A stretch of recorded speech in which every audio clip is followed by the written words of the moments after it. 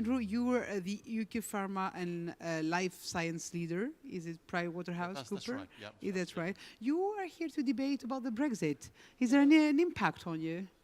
Well, it's clearly at a very early stage as to quite how Brexit is going to affect the sector, but we've done some work looking at what some of the key issues are going to be. So they're going to include the ability of people to move into the UK, the ability to trade into the single market, regulatory issues, access to R&D funding. So there are some important issues which are going to be of interest to the sector as Brexit develops, but as you say, it is at a very early stage. But what could be the danger for you, for a company like you?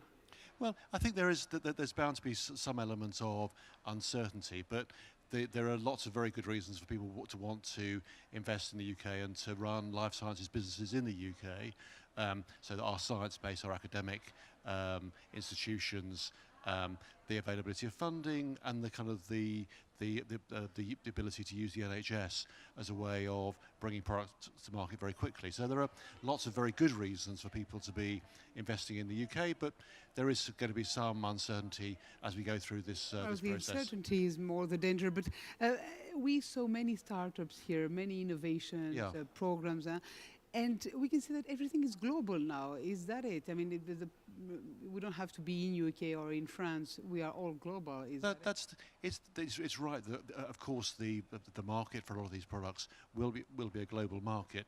But actually, when it comes to looking for the best academic input, looking for the best researchers, then very often there are quite a small number of people who are expert in that area, and quite a few of those people will be in Oxford or Cambridge or London. And so it's access to that academic input, which is very often the driver for people to want to come and to invest in the UK. Now, we were talking about Chris McKenna, which is a lawyer in Massachusetts, Boston. He was saying that maybe the only big problem issue that should have a British will be for the patent and the protection. They will have less protection in their ideas of innovation because of the Brexit. Yeah, I mean, it's a good point, and I think the way in which the patent court and the patent process develops, that's clearly one of the things which will need to be discussed as part of the Brexit negotiations. But no, I'm very optimistic. I'm sure that with goodwill on both sides, that there can be a sensible deal which is good for the EU and good for the UK.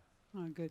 On the problematic of the One Health, did you follow a little bit what happened in Biovision, this One Health? I mean, animal health, human health, everything is a whole, and we are all interdependent. Yeah.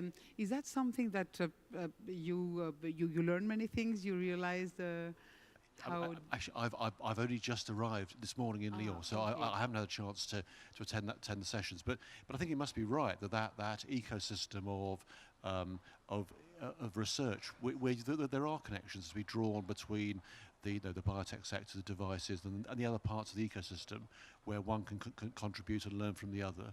And one can be a danger for the other.